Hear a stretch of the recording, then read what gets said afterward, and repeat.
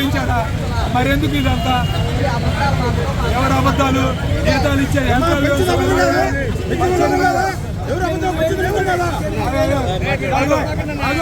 మీరెవరు మాట్లాడుతున్నారు? ఇది కరెక్టా? చెప్పు. 22,000 చంద్రబాబు నాయుడు కమ్ముడు పోయారు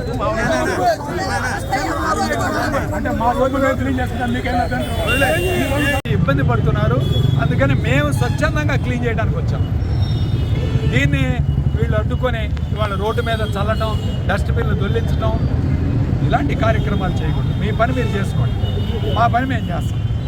ఇది కేవలం ఈరోజు నర్సరావుపేట పట్టణాన్ని శుభ్రం చేయడానికి మేము తీసుకున్న చర్య తప్ప మీకేదో ఆల్టర్నేటివ్గా మేము చేయాలని కాదు.